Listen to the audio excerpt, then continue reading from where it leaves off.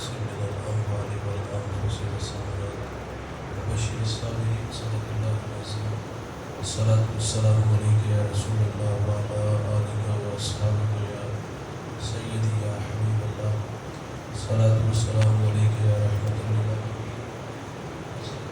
وعلى آلك وأصحابك يا سيدي يا حبيب الله حمد و ثنا کے بعد عزت و تکریم کے لائق تشریف فرما مقتدر علماء معزز محتشم حاضرین السلام علیکم ورحمۃ اللہ۔